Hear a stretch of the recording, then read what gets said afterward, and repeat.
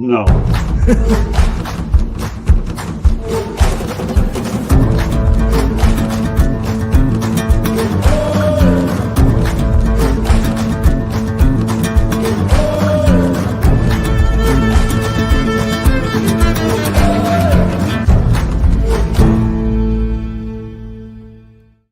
Good evening, everybody, and welcome to Sports Wrap. My name is Scott Morgan. We're out the Motor City Madmouth. This is an all-entire hockey show.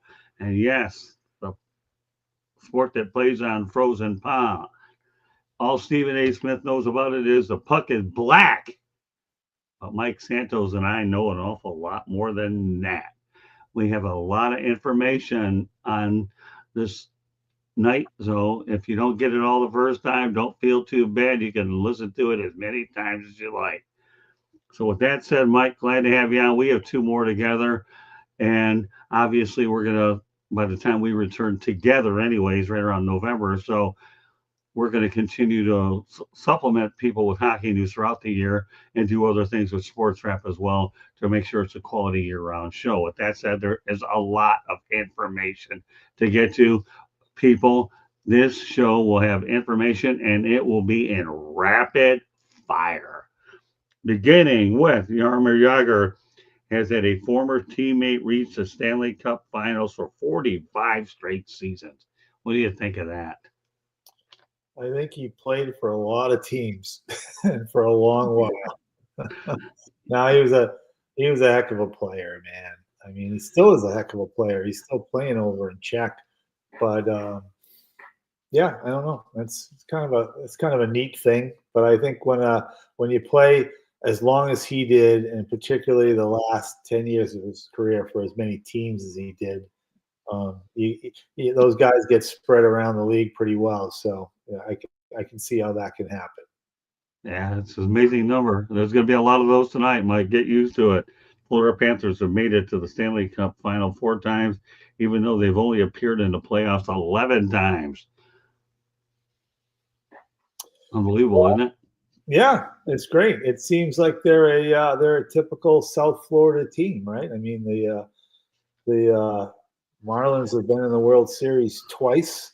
How many times have they been in the playoffs? Like 4, I think. Yeah, not many. They've won a couple of World Series, right? Right. And, same thing for the Dolphins. The Heat, they've been in the playoffs a little bit more, but yeah, I don't know. It's look, they're in for a dogfight now. This is going to be a fun, I think, long series. But I've been wrong on pretty much everything else this playoffs year.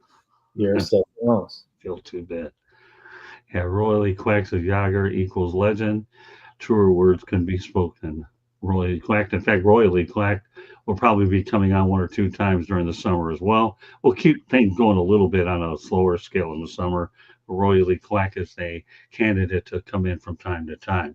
So since 1940, only one head coach has won a Stanley Cup with 2 different organizations. Scotty Bowman, surprised, winningest coach in NHL history, not 2, but 3 franchises. Mike Sullivan, people, has work to do with the New York Rangers. Well, first of all, on Scotty Bowman, I mean, the guy is pretty amazing. I mean, just winning follows him around.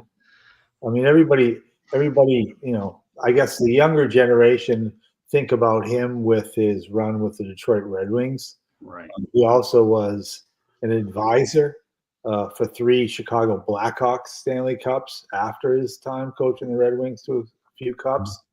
But he also came in for Bob Johnson and was the coach of the Penguins for a Stanley Cup championship team. Right.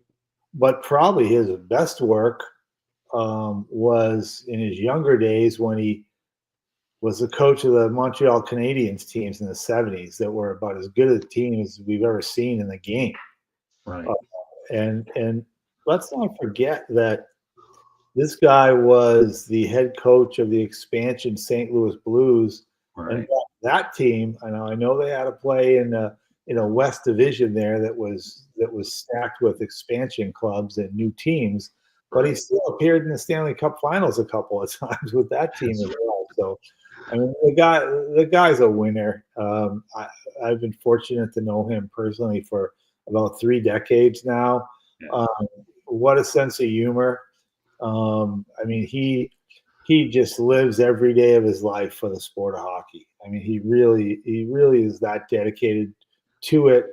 I mean, he's as great a man as we've ever had in the game.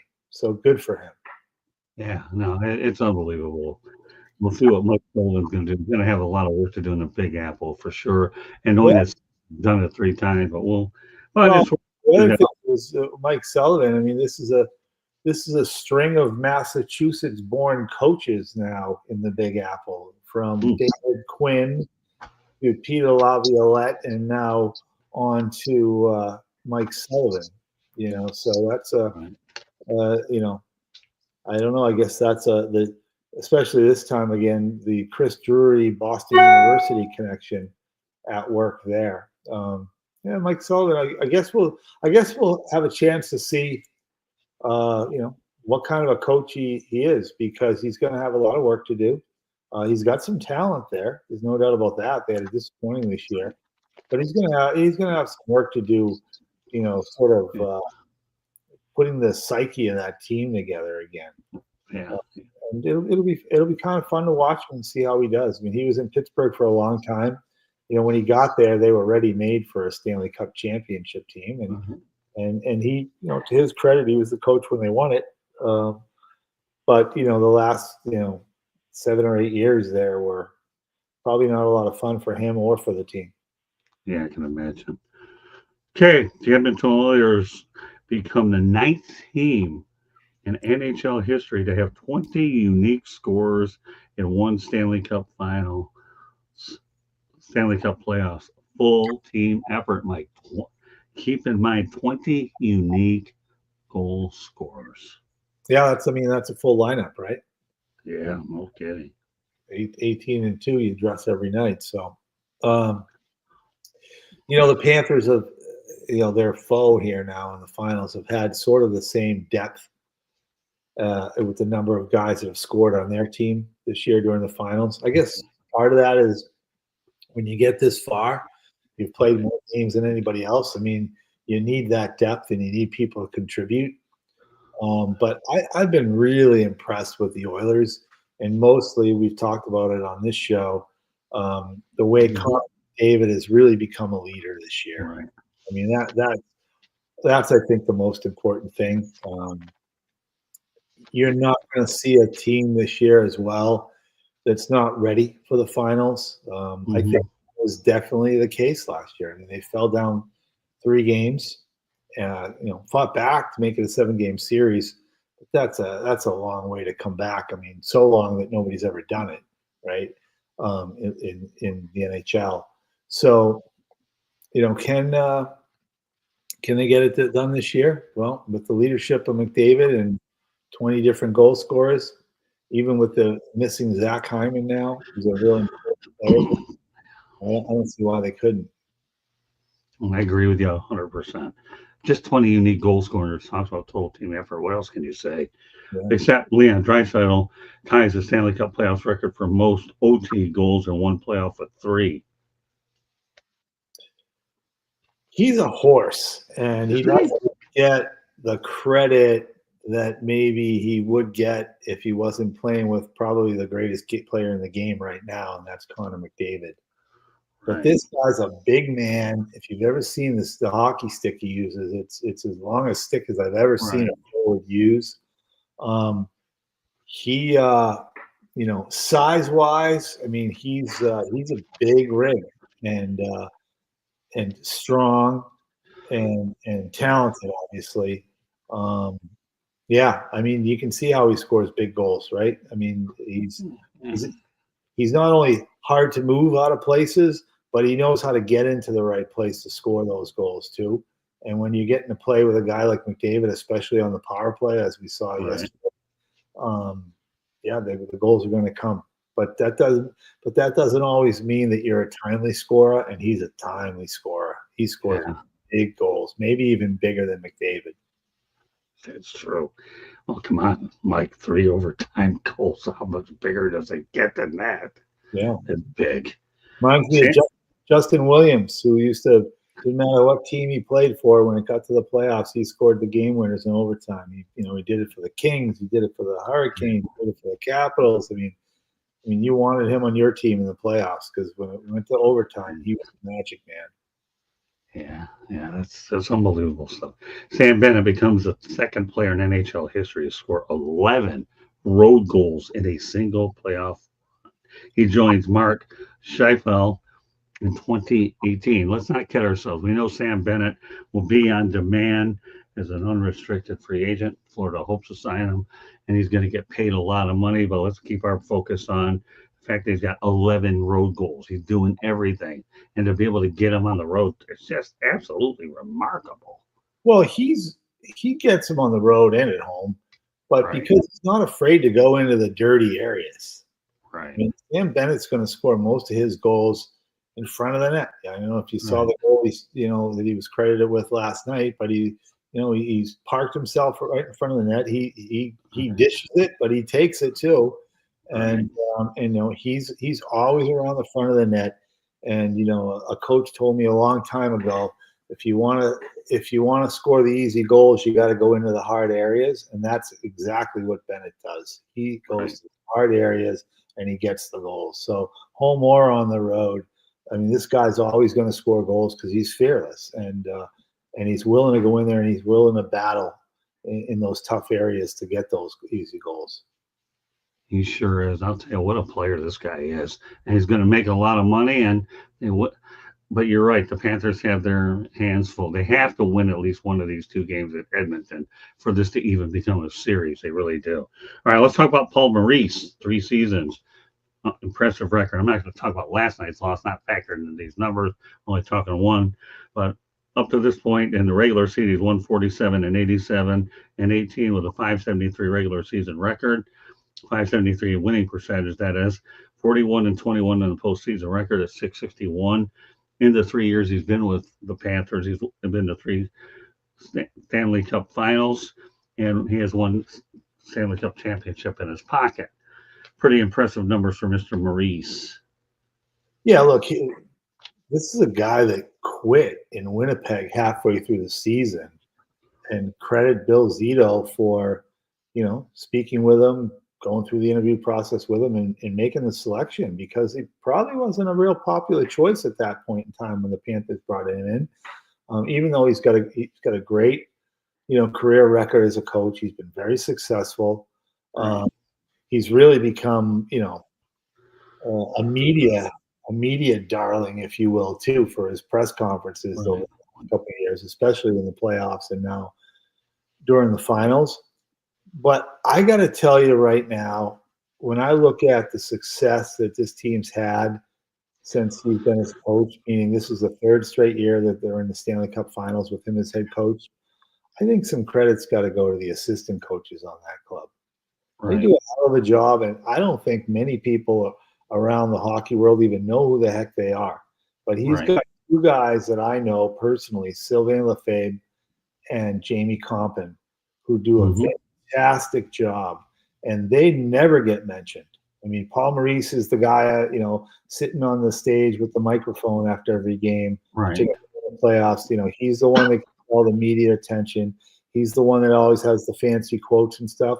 But I can tell you from my experience working in the league for almost 30 years that these guys that are assistants, and I think Maurice would tell you the same thing, they do a lot of the dirty work. They do a lot of the hard hours. They do a lot of the preparing for games, preparing for series. They do a lot of the one-on-one stuff with players, whether they're the coach in the defense or the forwards. They're the guys that are assigned either the power play or the penalty killing units. I mean, the head coach is, he's the maestro, but let's give some real credit to the Panthers assistant coaches. And I don't want to forget even a guy like Robbie Tallis, who's the goaltending coach there. I mean, Bobrovsky's a hell of a goalie, but those guys need somebody else out there because they don't always have great nights. They need that guy there to help them when they don't have the great night, keep them on the straight and narrow. Goalies have real interesting characters and character issues, I'll call them, and you need a strong guy there to coach them. So Jamie Compton, Sylvain Lefebvre, and Rob Tallis.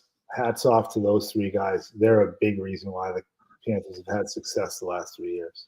Well, you're right. I mean, assistant coaches do the dirty work of the unsung heroes. You couldn't be more accurate than that. So let's put Bennett sure did sell that trip on the goalie interference goal last night, though, didn't he? Yeah, but that's what we just talked about. That's you got to be there first of all, and people probably don't recognize this, but there aren't a lot of guys that are willing to go there. I mean, that's a good way to wake up the next morning sore with a sore back, or calves, or wherever else somebody's laying a stick on you in the back. Stiff neck because somebody crossed your head in the neck 10 times. Like, that's a tough place to go, and you got to have a lot of courage and a lot of guts to get in there and battle. Certainly he learned some tricks like a lot of the good ones. I'll tell you who he reminds me of. What's that? He reminds me of a guy that was a big time scorer in his day, and he was a greasy player like Bennett, and he could dish it out like Bennett too, and he'd piss off people. And that's a guy named Dino Ciccarelli. Oh, I remember Dino. What a player he was. He's in the Hall of Fame. So yeah, Dino Ciccarelli is unbelievable. All right, we'll continue on. Matthew Tkachuk on a 7-game series. Our game is built on wearing teams down over the course of 7-game series. Over the course of a game, it might not show in the first 5 minutes, but hopefully it shows in overtime or late in the third. Didn't show last night, but that's just what Matthew Tkachuk says. What are your thoughts about the way the Panthers are built and how he describes it? I mean, look, guys have to say what they think, and who knows if he's saying that to get an effect out of the other club, or whatever, or maybe that's what he needs to psych himself up, or his own guys, whatever. I don't buy it. I don't either. I don't buy it one bit. Look, this is a team that went up 3-0 last year in the Stanley Cup Finals, and by the skin of their teeth won it in Game 7 at home. Right. So did they wear the Edmonton Oilers down last year? I don't know if I could agree with that. Look, it's playoff hockey, and especially at this time, in the Stanley Cup Finals, I don't think it matters how worn down you are. I don't care how hurt you are. These guys are going to give everything they got. They're going to play injured. I mean, that's the history of playoff hockey in the NHL. I don't buy that. If he wants to believe it and that helps him or helps his teammates, great. I don't really believe that that's true. I just think they're a good hockey club, a really good hockey club with a lot of depth and a great goaltender. And they've learned as a team the last 3 years how to play playoff hockey. And that's more important than anything else. I agree. Yeah, playoff hockey is what you have to learn how to play. Let's not kid ourselves. The toughest opponent they had in this year's playoffs were the Toronto Maple Leafs. Carolina Hurricanes, to me, that was a mismatch, and the Tampa Bay Lightning was lopsided as well. And the Leafs gave them a series, but that was about it. And I think part of the reason the Panthers won that series is when the Toronto Maple Leafs lost their number one goaltender early, they were forced to use their backup goaltender a little bit too. I'm not taking credit away from the Panthers, but let's face it, the Leafs gave a game series is what they did. It just so happens that Florida emerged with a win, and they're in the finals again. Well, as obviously the series goes on, we'll be talking more and more about it. But let's talk about Steve Yzerman for a moment. Jake Woolman, he doesn't regret trading him, and he would not even elaborate. But what are your thoughts about Steve's perspective about Jake Woolman? This guy 3 games away from winning a championship. Yeah, I mean, well, and good for him, right? He's a Providence College grad, a guy that's played for a few teams in the NHL. He's a good depth defenseman. Right. I don't think there's any reason to question Steve Yzerman for trading him. I mean, they were in a different position than obviously the Edmonton Oilers were, as far as playoffs and where they're at in their development. these are the type of guys, though, that Stanley Cup championship teams add. They don't go out and they don't add the big name guys, right? We saw Gensel last year went to Carolina. We saw a couple of years ago Patrick Kane went to the Rangers, right? Those don't seem to be the deals that win you Stanley Cups. It's the guys like this guy. It's the guys like what Florida added last year with an Okposo, right? Or Tarasenko, the third line forwards, the fifth, sixth defenseman. It's that depth that really puts championship teams over the top. And as far as whether he's playing for the Edmonton Oilers, who on the verge of maybe winning a Stanley Cup, or he was playing for the Detroit Red Wings that didn't make the playoffs, he is the same player. Right. He's a fifth, maybe even on a good team, sixth defenseman. It doesn't mean that he's not valuable to a team, but he's a piece that a Stanley Cup, contending team needs for depth, and a team that's not there yet doesn't. So I think that's something for him, and I don't blame Steve for making the trade, and I don't really know what he has to say anymore or what to talk about. Well, but Jake Woolman is a good story for Edmonton. Hats off to Stan Bowman for picking him up as a piece, like you say. Yeah. Now, more power to him. Obviously, Royal Bennett is the player you want in the playoffs. And I don't know what this other one is, so I'm not going to put it up. We'll leave it at that off of YouTube. So let's go back. We see Wayne Gretzky on TNT now. But you know what's interesting? Let's go back in time. March 23rd, 1994. Wayne Gretzky of the LA King breaks Gordie Howe's NHL career record by scoring his 802nd goal. Where were you when that situation happened? I was in New Haven, Connecticut. Oh, yeah. With the New Haven Nighthawks. And we were the Los Angeles Kings affiliate. Oh, yeah. In the American Hockey League, owned by Bruce McDonald. That's where I was. Unbelievable, isn't it? Yeah, I mean, people forget that the foundation for all the records that he set was in Edmonton. Yeah, it really was. But it wasn't until he got to LA and I'm not going to skip over St. Louis, but really in New York that he actually had those games where he broke the records. And right. But the first half of his career, maybe I'd have to count the years, but the first half of his career, maybe a little more than the first half of his career, was just phenomenal what he did in Edmonton all these years. Yeah, it's interesting to see him on the TNT broadcast in Edmonton, obviously not at the Northlands Coliseum, but at the new arena. And here he is in Edmonton. And I'm looking at this stat. I have to bring it up because Gordie Howe is my hero in Detroit. And that Wayne Gretzky, obviously, that was his idol as well. Gordie Howe was Wayne Gretzky. And Wayne has always had the utmost respect. But I still can't believe it's been 1994. Here we are, 2025. It's been that long since that record was broken, and yet I'm looking at the guy out in Edmonton. There's some more interesting trivia. Sidney Crosby, get this, 1,622 points, joined Wayne Gretzky, 2670, Marcel Dion, 1743. It looks like 1743, yeah, because that's how many points Gretzky piled. Jaromir Jagr, 1625, and Steve Yzerman, 1607, is the only players with at least 1,600 points at the time of their 1,300th game. Isn't that surreal or what? Yeah, it's pretty amazing. It really is. I mean, and unlike Gretzky, who was a phenom, but still a little bit unknown in the NHL world. I mean, he came through the WHA to the NHL. Marcel Dion, who played again at a different time, especially in the 70s and into the 80s.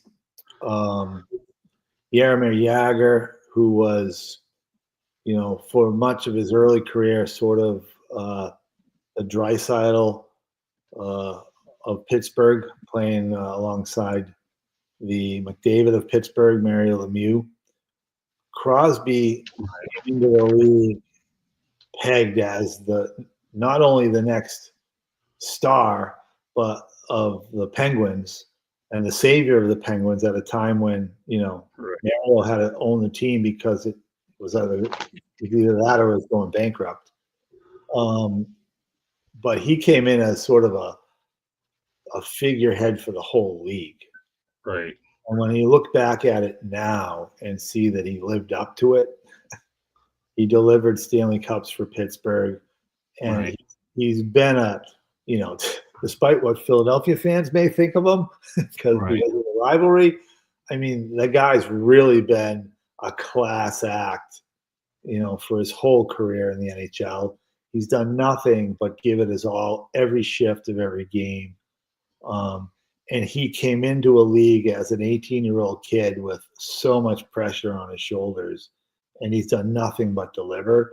So of all those people you name, and look, for all five of them, what a great accomplishment. I really look at Sidney Crosby and say, wow, this guy, kudos to him. Yeah, it really is a remarkable accomplishment for sure for Sidney.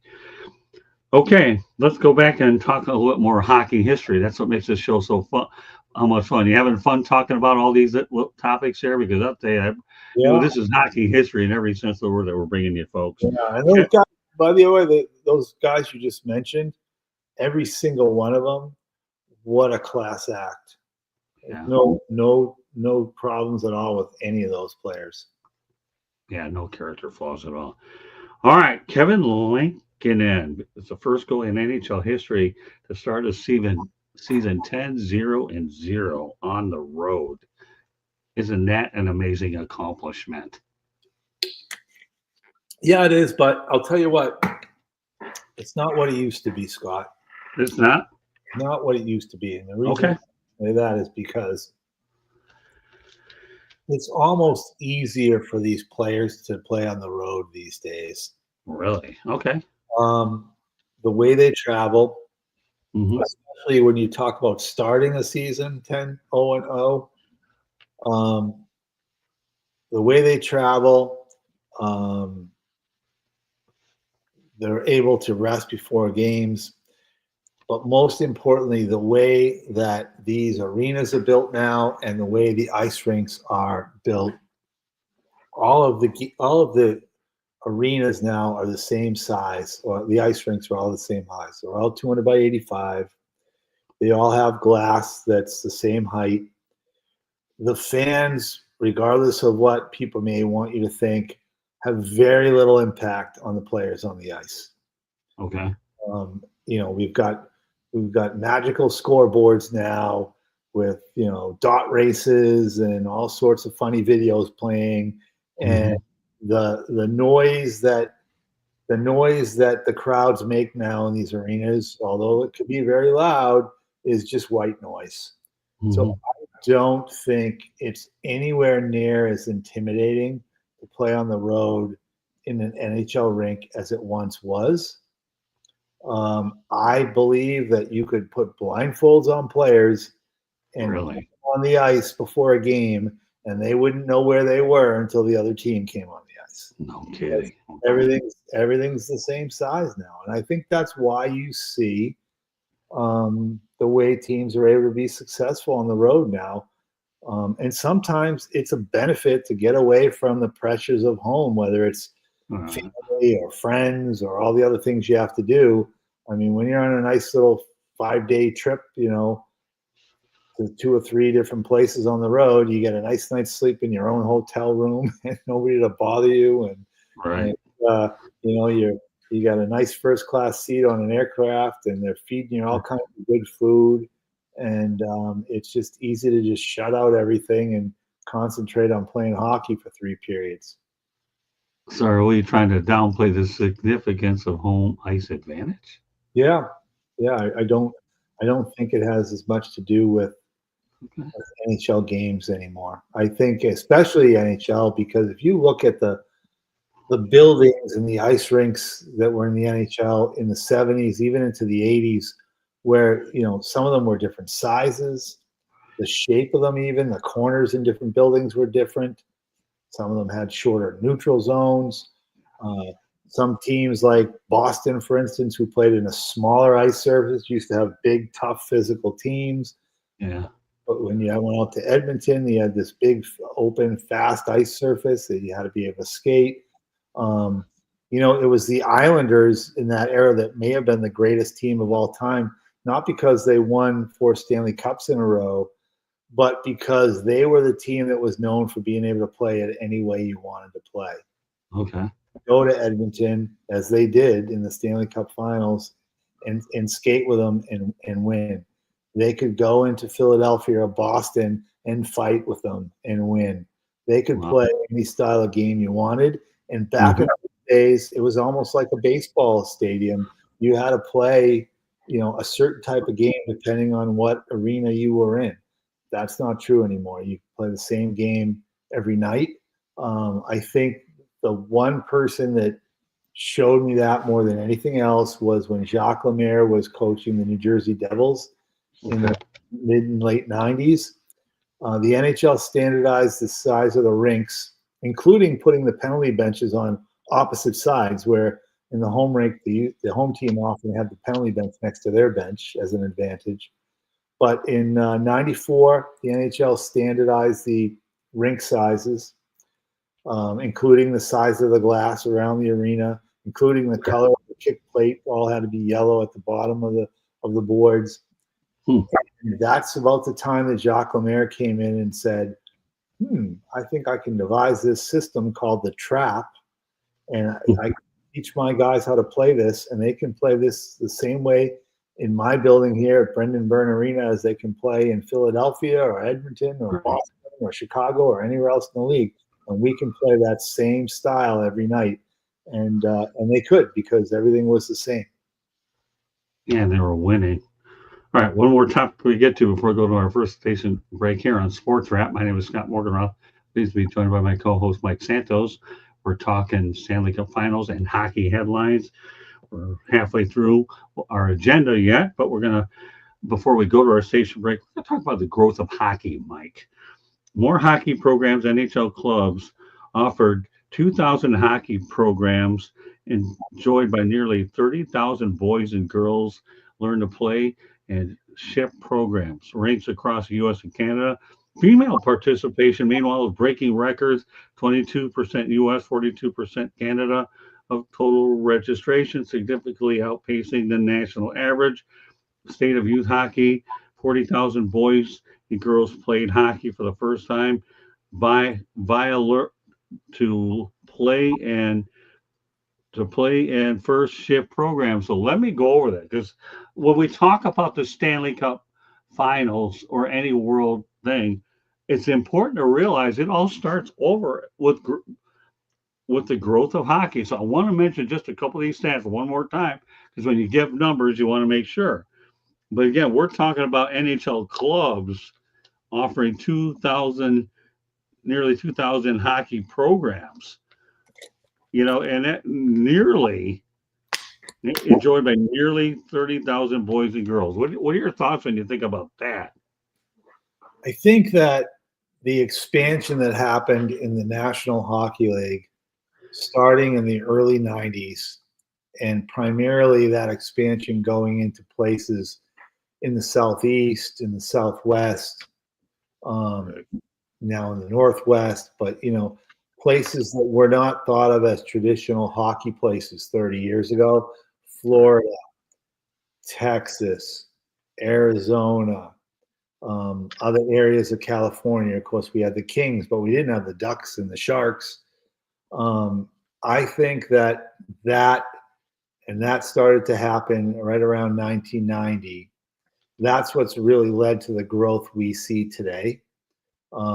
These teams that came into those areas that weren't traditional hockey areas had to find ways to market and grow the sport and grow the fans in their area.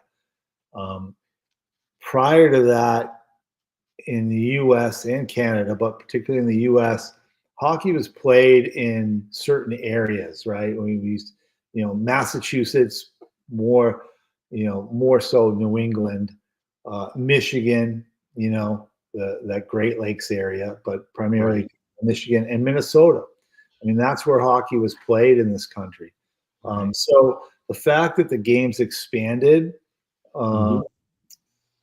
I'm sorry, that the NHL has expanded in these non-traditional areas, I think that that's what's really led to the growth in the last 30 years.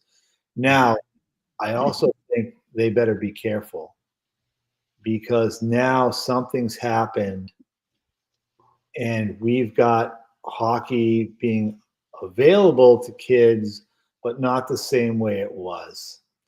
Okay.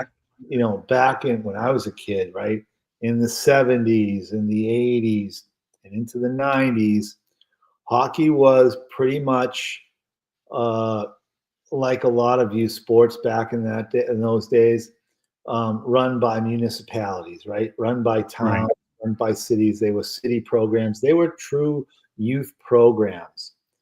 Through the years, hockey for youth has become privatized, meaning Okay. it's the rink owners now that control these programs.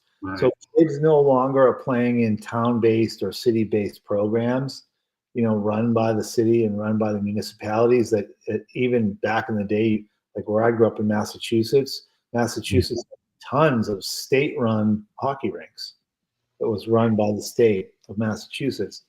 Now they're private facilities and they have private programs where the youth play. So a kid doesn't grow up and play for his town anymore. He Right. grows up and if he has the money or his family has the money to pay for it, they play in these private programs. Hmm. And as they get older, it's even more so, and it's more competitive and it's more expensive.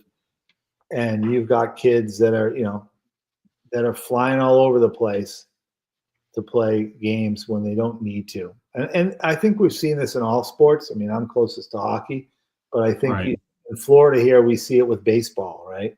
Right. With all these private programs and private travel teams. We see it with AAU basketball. And now this past year, the CHL players, the junior hockey players from Canada, now are eligible to play college hockey. Hmm. College hockey was a big carrot for U.S. born players. I mean, in many cases, kids and their parents in the U.S. weren't necessarily looking to be NHL players. They were looking for the opportunity to play college hockey. Right. Prior to this year, if you played junior hockey in Canada at the major junior level, which would be like the Quebec Major Junior Hockey League, the Western Hockey League, and the Ontario Hockey League, you were not eligible to play NCAA hockey. With Okay. what happened with NIL in the last couple of years, last year the NCAA, because of different court proceedings, was now put in a position where they now will accept Canadian junior players as being eligible to play college hockey. So what's happening now, and you're going to see a huge influx this year, is kids are going, particularly Canadian kids, are playing Canadian junior hockey, and then at the age of 20, they're moving on and then going and playing college hockey and coming in as 21-year-old freshmen and playing college hockey, which is going to take away a lot of opportunity for U.S. kids. Yeah, sure will. So When I think there's a big risk now for U.S. kids playing hockey, and I wouldn't be surprised to see those numbers start going down. yeah. As far as girls playing hockey, certainly the U.S. Olympic program and the U.S. women's national team has had some effect. I don't Right. think nearly the effect of, say, the U.S. women's soccer national program. But what's really had an effect on not only women's hockey or girls hockey, Right. but every women's sport and girls sport is Title IX. I mean, Title IX's been around for over 50 years now, and that's what's really, propped up athletic opportunities for girls in all sports. Yeah, that's pretty impressive. And I want to go over a couple of these numbers again, and then we'll go to our first station break. Again, the thing that still blows me away is 22% U.S., 42% are part of the total registration. And of course, youth hockey, boys, girls, 40,000. Those numbers are still amazing when you think about them in their totality. That's all I'm going to say about it. But that's it. We'll go to our first station break. Candy Emily, please give it to us. South Florida Tribune Publishing Company published a book, Lessons from the Microphone, Tuning into the Enduring Wisdom of Visionary Leaders. It is written by our host, Scott, the Motor City Madmouth Morganroth. Talks about his 40-plus years in the industry and how the media world has evolved and changed. Old school media versus new school media. Get your copy today. It's available on Amazon, Barnes & Noble, Kindle, Google, and Apple Books. There's also a link on our website, www.southfloridatribune.com, where there is a plethora of great content. Go check that out as well. If you see the red subscribe button at lower right-hand corner, click it, like us, share us with all your friends and family. If you like to listen to podcasts, you can find us wherever you get your podcast. If you want to advertise or sponsor a show, call Scott, 954-304-4941. And if you want to be a guest or have topic ideas, you can always email us at southfloridatribune@gmail.com. Back to the program. Thank you, Candy. So we talked about the growth of hockey, and now let's talk about the nationality breakdown. I have some interesting research here that's unbelievable. It really is. So I'm just going to give you some numbers, and we'll just pretty much summarize them in their proper perspective. Okay. Leading the way is Canada with 321. The United States has 214, Sweden 72, Russia with 50, Finland 42, Czechoslovakia with 24, Switzerland with 9, Germany with 7, Slovakia with 7, Latvia with 5, Denmark with 4, Belarus with 3, Norway with 2, Australia actually with 1, Austria 1, France and the Netherlands and Slovenia with 1. Amazingly enough, in a couple of weeks, I'll see a couple of these countries, and I'm looking at these numbers. But when you talk about the international nature for how a lot of this talent is produced, give me your takeaways from this. Well, again, I mean, this goes to what we just spoke about in that Right. In the last 25 to 30 years, the U.S. has made incredible strides producing hockey players for the NHL.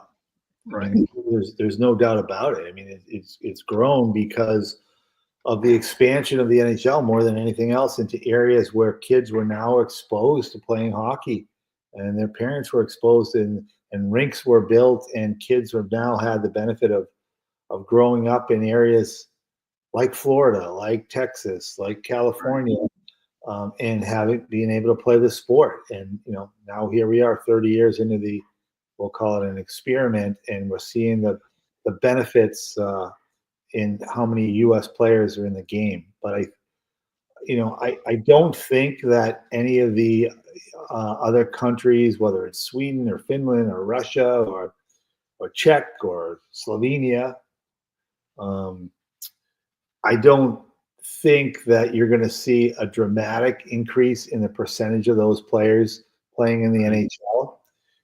But I do think you're going to see a decrease in U.S. players in the NHL and an increase in Canadian players. Maybe not to where it was 30 years ago, but I think the fact that Canadian junior hockey players are now going to have the opportunity to play their junior hockey like they always have first, but without giving up the eligibility for college hockey later, I think is going to give them an advantage over U.S.-born players to keep playing the game, at a higher level, and almost to give them sort of two bites at the apple to become pro or even NHL players. Either one as a drafted player out of Canadian major junior hockey, or two as a free agent playing college hockey. I mean, right now the playing field is I think a little more level, or it was till this year. in that, you know, when it came time to draft players or sign free agent players, the junior player in Canada and the U.S. college player were sort of at this, you know, had the same opportunity. Now you're going to see Canadian kids are going to have still that opportunity to make it through junior hockey, but they're also going to have the opportunity to take spots away from college hockey from U.S. kids and maybe even make it to the NHL that way as well. Okay, great takeaway. I mean, I just look at the breakdown of the numbers, and nowadays, Mike, with what I do, I have looked at more numbers more analytically than I really ever have. And I'm not surprised with the fact that Canada, the United States, and Sweden are right at the top.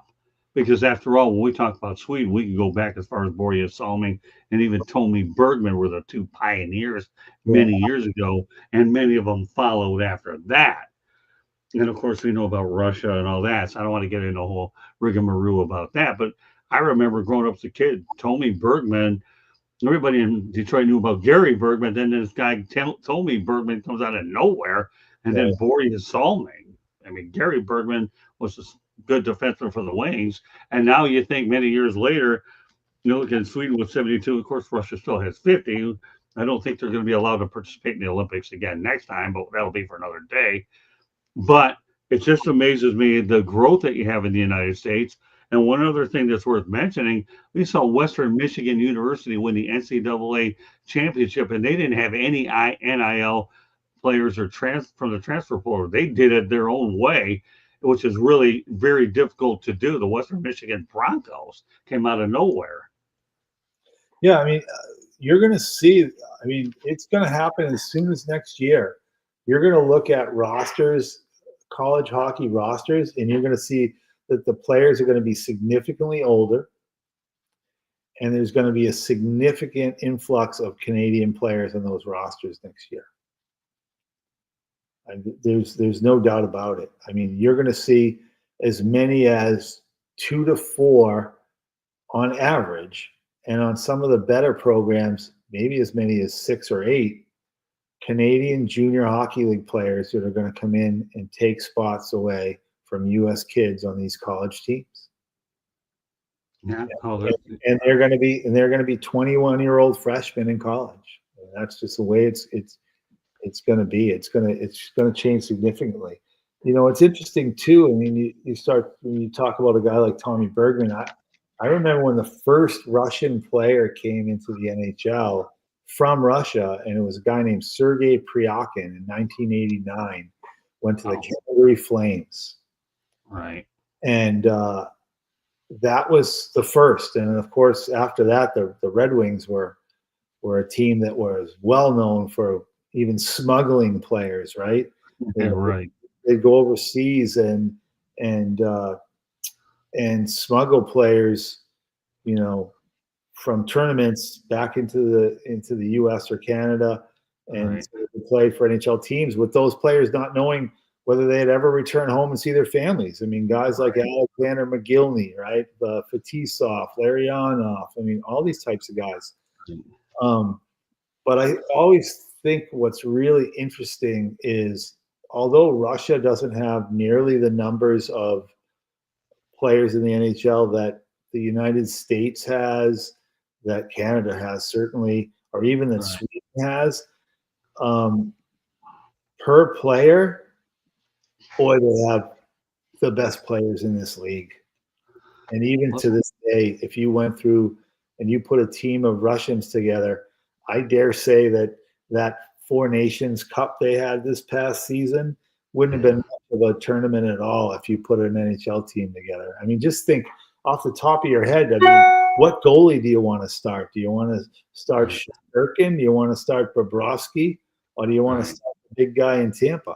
Like, I mean, like probably the 3 best goaltenders in the NHL are all Russian, right? That's true. And you can go through all the players in the league too, and it's just unbelievable. They may not have the total numbers of players of the other 3 countries we talked about, but boy, when it comes to the top players, they still have most of them. I'll tell you, I remember as a kid, I thought Vladislav Tretiak had a chance to become a Red Wing. There was talk, didn't they own his rights? Weren't they talking about? I don't remember, but there was talk that the Red Wings were going to try to get him in there, but we all know that was talk. But back then, Vladislav Tretiak was a class of the Soviet Union for sure, and it just you're right. The Wings have a track record. I know a guy, one of my good friends named Keith Gave, went out there and was part of that whole Russian thing as well. So I've talked to Keith. He's written books about it. All right, well, we'll continue on. Philip Gustafson scored the first goal in Wild history and joined Linus Ullmark on February 25th, 2023, with Boston as the second Swedish-born goaltender in NHL history to accomplish that feat. What are your thoughts about what Philip did? I don't know. There's always been something with me for a goalie that scores a goal. Oh, really? And the first one, I believe, that was actually scored by a goaltender in the NHL was Ron Hextall against the Bruins. Was it? Where he actually shot a puck into the other net. I mean, if you remember, Hextall was probably the first goaltender that was really well known for being able to handle the puck. Yeah. And he began trying to score goals when the other team would pull the goalie at the end of a game and finally they were playing the Bruins in a regular season game, and Ron, the puck got dumped in, the Bruins pulled their goaltender, and Ron went behind the net, picked up the puck and fired it up over everybody's head, and it landed and went right in the net. There's something pretty cool about that, a goaltender not being credited with a goal, but actually scoring a goal. So good for Gustafson. Second Swede to do it. I don't know. It's pretty cool. Now, if a goaltender could score a goal with a goaltender in the other net, then I'd be really impressed. Yeah, I'll wait for that one. I am, but when this one came across my desk, I had to bring it up. It really was just surreal. All right, well, let's look back at the 2024 Hall of Fame class, hosted by Kenny Albert, who was on our network and did a show with yours truly. But we're going to talk about him. Colin Campbell was a builder. Natalie Darwitz, Pavel Datsyuk, David Foyle were involved. The builder, David Foyle, being a builder. Jeremy Roenick, Shea Weber, and Chrissy Wendell. How would you overall rate this class? I was at the Hall of Fame inductions this year. Were you really? I was there. I worked for David Foyle, great man. Uh-huh. I had Shea Weber, who played for me for years in Nashville, another great person. Know some of the others, not as well, obviously, as Shea and David, but I know Jeremy Roenick. I know Colin Campbell. I don't think it's unique to hockey, but I just think the Hall of Fame in all sports has just really become political, and it's really sad. I mean, I don't want to demean what anybody did. All of those people that you just mentioned, in their own right, had some great accomplishments. But I always grew up thinking the Hall of Fame was something, just way above, being a good player or even a great player. That had to be something really special. And now it just seems that, first of all, every year we have to put in players, right? Right. We have to put in so many. Maybe there's a year that nobody belongs in the Hall of Fame, Right. But it's become such a big marketing thing.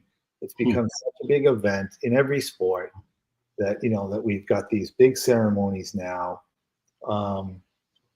And you'll see people that have that won't get in a Hall of Fame for 25 or 30 years, and then all of a sudden they're good enough to get in the Hall of Fame. So did we run out of all the guys that were better than them? Right. Like, nobody come in the next 30 years that were great. Like, I don't know. I don't want to speak to anybody in particular, but I'm less impressed with all the Hall of Fame inductions year in year. There's obviously, there's a player, especially a player here or there, Right. even a builder and here and there, or a media person here and there. I mean, I saw something last week, for instance. It was a clip by John Butchergross, and he was claiming that Barry Melrose and Don Cherry should be in the Hockey Hall of Fame. Okay. And I don't know why. I mean, look, I'm sure that they were a great friend of his or whatever, but I mean, to me, the Hall of Fame in any sport is you've got to be exceptional. It's not that you were around for 30 years. Right. There's been plenty of people that have been around games and sports for 30 years. I mean, heck, I was around the sport for 30 years. Hall of Famers, they do special things. They win championships. They win scoring titles. I mean, they do special things. And I guess in some respects, surviving in the sport for that many years, whether you're a broadcaster or a player or a coach or a manager, in some ways is special. But I think it just leads to a lot of controversy, a lot of questions. Right. I'm just going to give you an example, okay? Sure.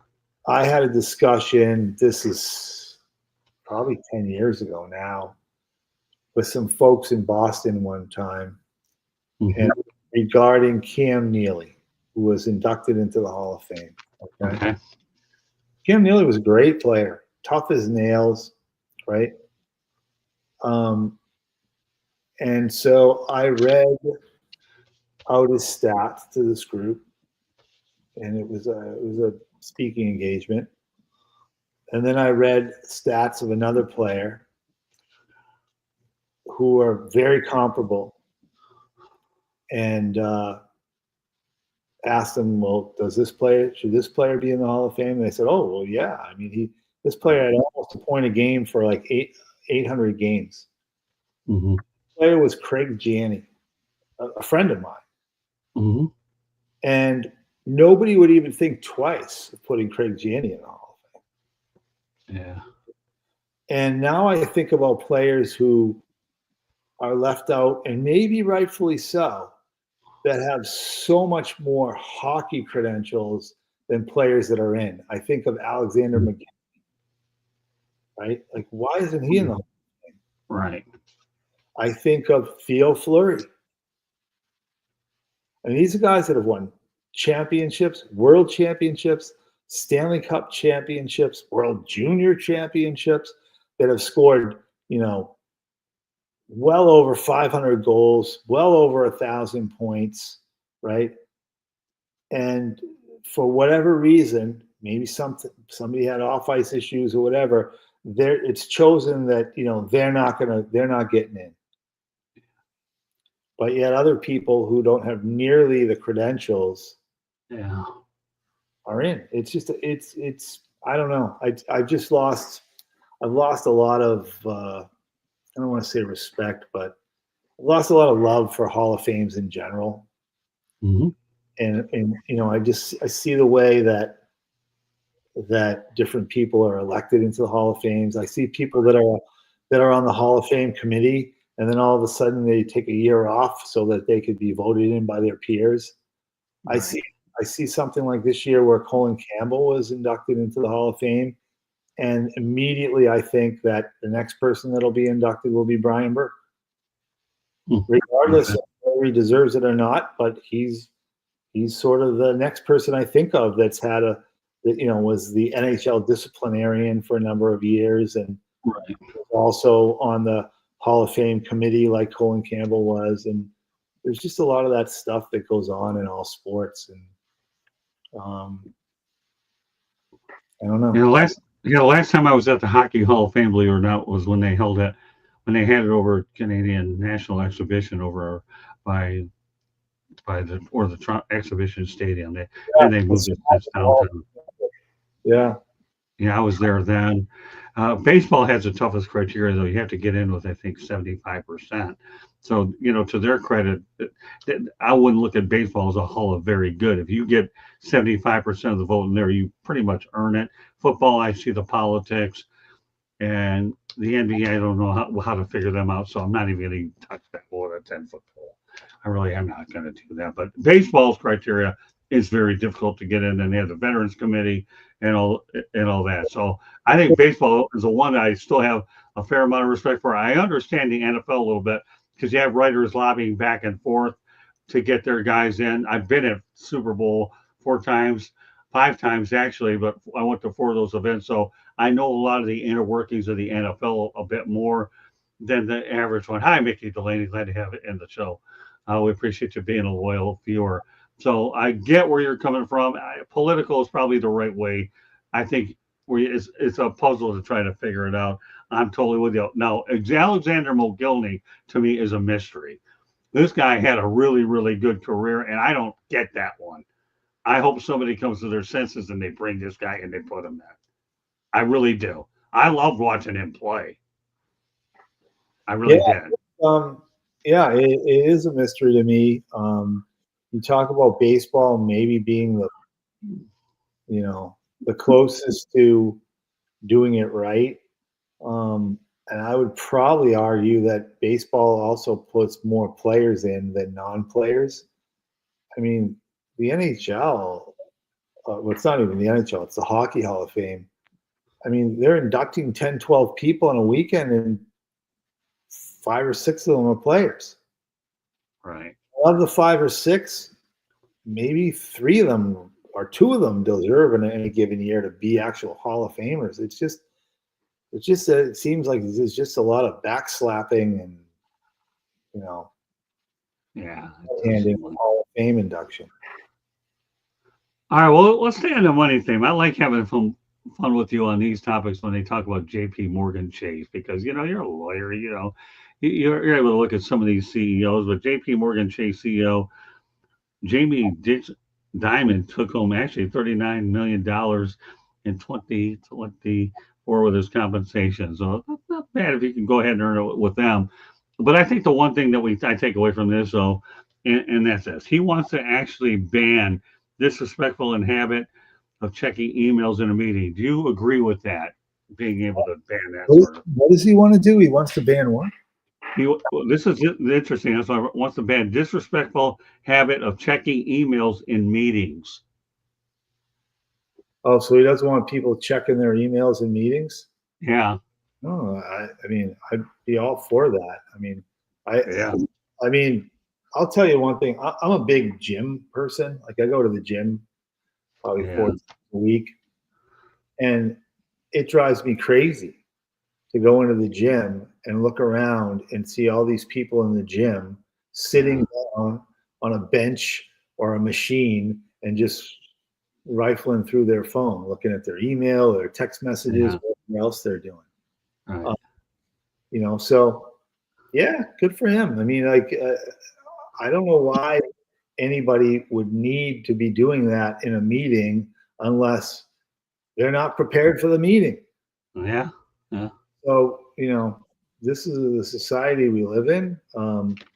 If he's successful with that, I'd love to talk to him about having cell phones banned at the gym. So that would be my comment on that. Well, that's good. All right, Jamie Dimon, we got to get you in contact with Mike Santos. Let's ban him at the gym and be done with it.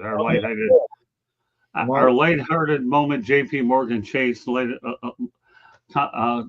of the moment, brought to you by Jamie Dimon. And I'll tell you what, Mr. Dimon, $39 million in 2024 compensation isn't a bad little ride out there. Let's go back to the Hall of Fame theme. They announced that Jerome McGinley and Ed Olczyk as new appointments to the selection committee. What are your thoughts about those appointments? I mean, I really don't have any thoughts. I mean, I guess they're connected to the people that they need to be connected to get on the committee. I mean, I've known people through the years that have been on that committee, from David Poyle to Bill Torrey back in the day. They got to have some former players on it for sure. I mean, I guess they're as good as anybody else. So they're definitely popular people in the hockey world. There's no doubt about that. Okay. Two more topics I want to get to.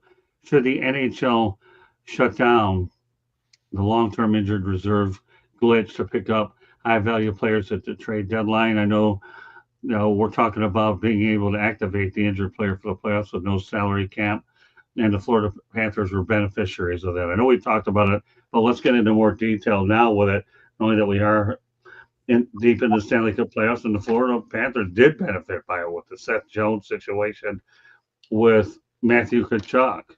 This is something I think a lot of people are curious. Do you think they should get rid of it?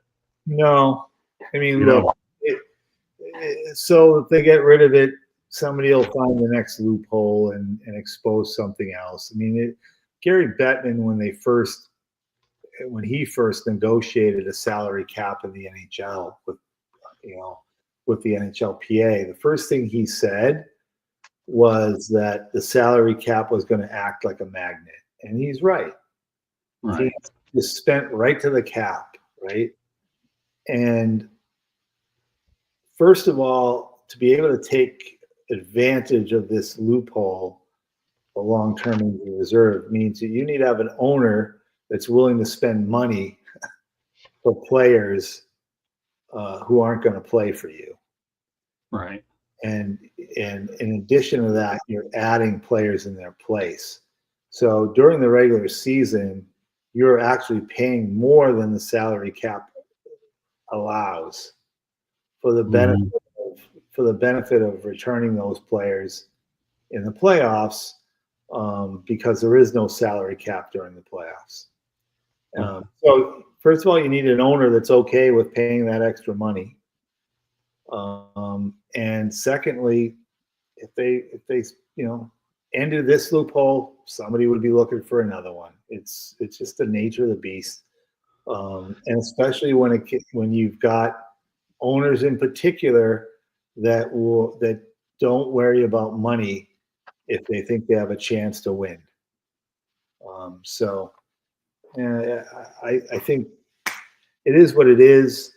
I mean, the Panthers were able to do it this year with two players, right? I mean, they were able to do it with Tkachuk, but they were also able to do it with Ekblad, I believe, too. Yeah, Aaron Ekblad, that's true. Which was suspended, right? But I mean, we saw Tampa Bay do this. We saw the Vegas Golden Knights do this. I mean, they're all doing it. I don't think the players mind. Guys are getting paid. They're making money. So they don't do it. I mean, Gary Bettman negotiated a salary cap. If the teams don't want to abide by it, that's their problem. Good point. Final topic of the night. Should the NHL revert back to the 1 versus 8 format? Absolutely not. Okay. Absolutely not. I was actually instrumental in returning the division format that they have now. Were you? Including the playoff setup. And the only change, and I won't say who changed it, there was one team that fought for it in particular, but the only change at the time was that Montreal, Toronto, and Ottawa were supposed to be in a different division, and Nashville, Atlanta at the time, and Dallas were supposed to be in a division with the Panthers, the Lightning, and St. Louis. And the change was made because there were some teams that wanted the Montreal Canadiens in particular and the Toronto Maple Leafs in their division. Mm-hmm. Even with that, the reasoning behind going to this 4-division format and the divisional playoffs was for 2 rounds was to create rivalries. Yeah. Before this playoff format was formed, and it was supposed to be just the traditional 1 versus 4, 2 versus 3, like it used to be back in the 70s and 80s in the NHL, particularly in the 80s. Right. they added the wild card stuff because they felt that there were some teams that would make it in a division that weren't as deserving as teams in other divisions that would miss it because they were in a particularly tough division, whatever. But the idea was that you would create rivalries in the first 2 rounds of the playoffs. Right. So that the Tampa Bay Lightning and the Florida Panthers, who had never met in the playoffs before this format, could meet in the playoffs, not once, but several times. Mm-hmm. And we see what that has done for that rivalry between Tampa Bay and Florida. It didn't exist before this playoff format. Right. Before they met in the playoffs, there was no real rivalry between these teams. Right. But now, when you meet a team in the playoffs, particularly when you meet them year after year, creates a rivalry. Something inevitably happens, maybe a big fight. But that stirs interest the next season, and fans in particular want to go to see those games. People in Tampa want to go see the Panthers when they come into Tampa now. Right. Whether the games in October or the games in March, they're interested in that game because they're a rival, because they've battled each other in the playoffs, and everybody knows playoff hockey is different. And so, you know what? I think inevitably the best team wins. Right. I'm not really worried about, what's fair and what's not fair. I mean, look, neither one of these teams finished in first in their division this year. And that's true. Right? Right. A couple of years ago, the Panthers made the playoffs in the last day and went all the way to the finals before losing to Vegas. True. So this whole idea that we've got a seed number 1 against number 8, I mean, that's just foolish. And why? So we can have, somebody travel 2 time zones away in round 1.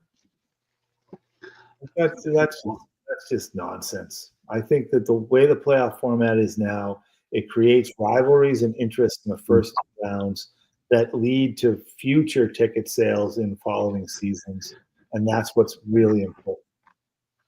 Excellent points. I remember when the Red Wings were in the Western Conference, tell me how many miles they had to travel. Luckily, they had their own private plane. I was in Nashville, and we were doing the same thing. Yeah, that's unreal, wasn't it? And you could have a first round series against Anaheim. Yeah, I remember those. But I also remember when the Red Wings were in the old Norris division, and every year when they were in the playoffs, they were either battling Chicago or or the North Stars or whatever. And you better believe that it was must see TV for those first round games, because some of them had 3 hours of fights in the first 2 games, right? I mean, those were battles. Well, it gets back to what Chris Berman said, though. The NFC Norris division, right. The Norris division, it's unbelievable stuff. It really is. So as we talked about last week, Marco Sturm has been named the head coach of Boston. So you said that was a good hire.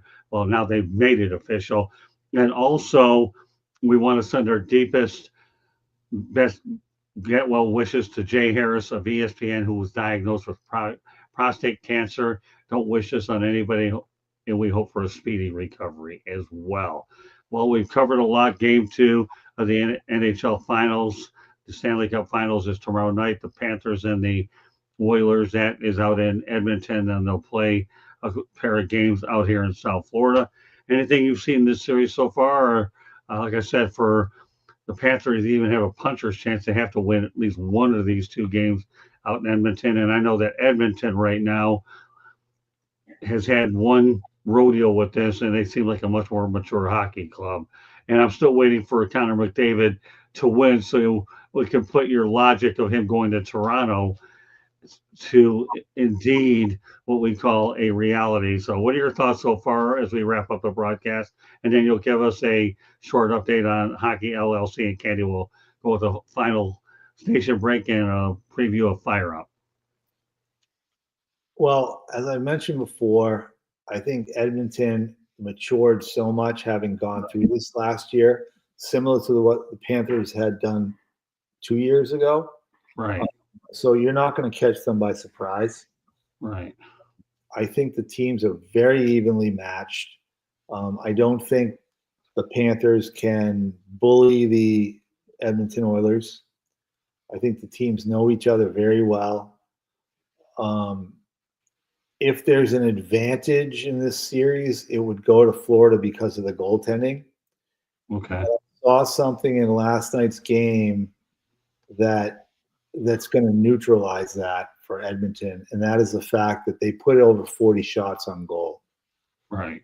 And so, when you're talking about NHL goaltenders, especially now in the Stanley Cup Finals, you're talking about, tenths or hundredths of a point difference in save percentage. Right. So that comes down to the team that puts 45 shots on goal is going to have a better chance than the team that puts 25 shots on goal. Mm. And I think you're going to see that from Edmonton. I think you're going to see them be putting everything at the net, respecting how good Bobrovsky is, knowing that, to score 3 or 4 goals against him, we can't do it by putting 20 shots on goal. We're going to have to put the puck on 40 to 50 times on net if we're going to score those goals. And, that combined with the maturation of McDavid, not as a player, but as a leader. Right.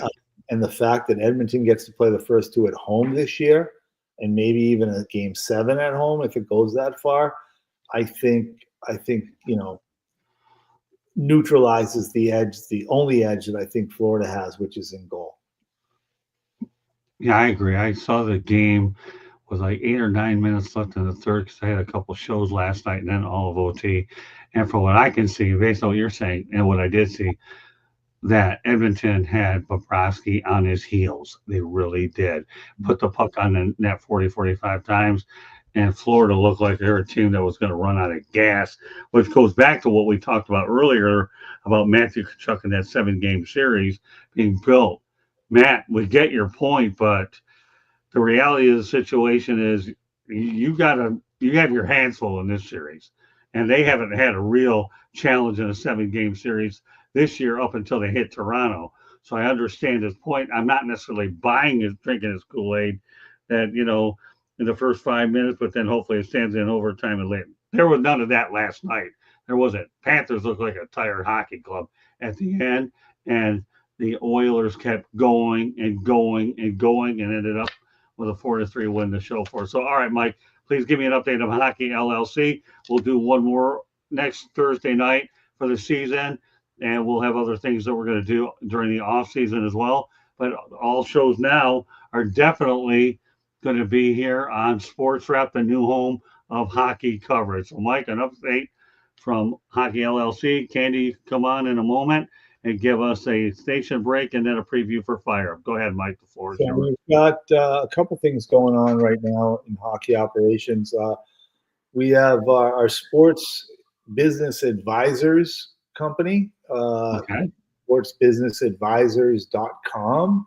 If anybody wants to check out our website, just signed an 18-month agreement with the ECHL. Cool. To represent the ECHL for all of its branding, sponsorship, business, and operations. So that's a really cool thing that was just announced today. You can check us out again at sportsbusinessadvisors.com, or you can check us out on the ECHL website. And then Boston Tea Company. I've been previewing this for weeks now. We will be having a big blowout sale of our existing inventory starting this weekend for the next 2 weeks. And on July 1st, we are introducing an entirely new product line, which should be pretty exciting. New products type of products, but also new establishments that will be represented on those products too. So that can be at bostonteacompany.com. Those are the 2 big things right now for hockey operations. Great. We'll look for more update next week as well. And of course, we know that you'll be coming on other shows during the off season, and Candy and I are getting ready to go overseas. So, but we have one big show next Thursday. And once again, it is here on Sports Wrap. Candy, go ahead and take over for a station break and give us a preview. Fire up.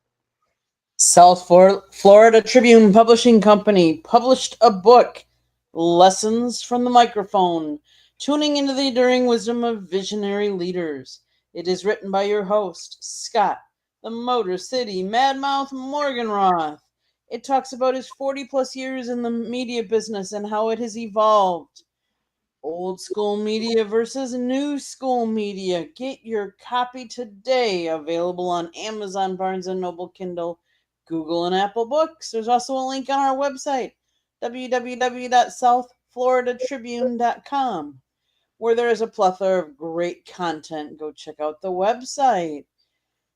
If you like to listen to podcasts, you can find us wherever you get your podcasts. If you see the red subscribe button in that lower right-hand corner, I don't know what you're waiting for, but please hit the subscribe button and share us with all your friends and family. Monday nights, we talk baseball. Tuesday nights, we talk football. Wednesday nights on Sports Exchange, you never know what you're going to get.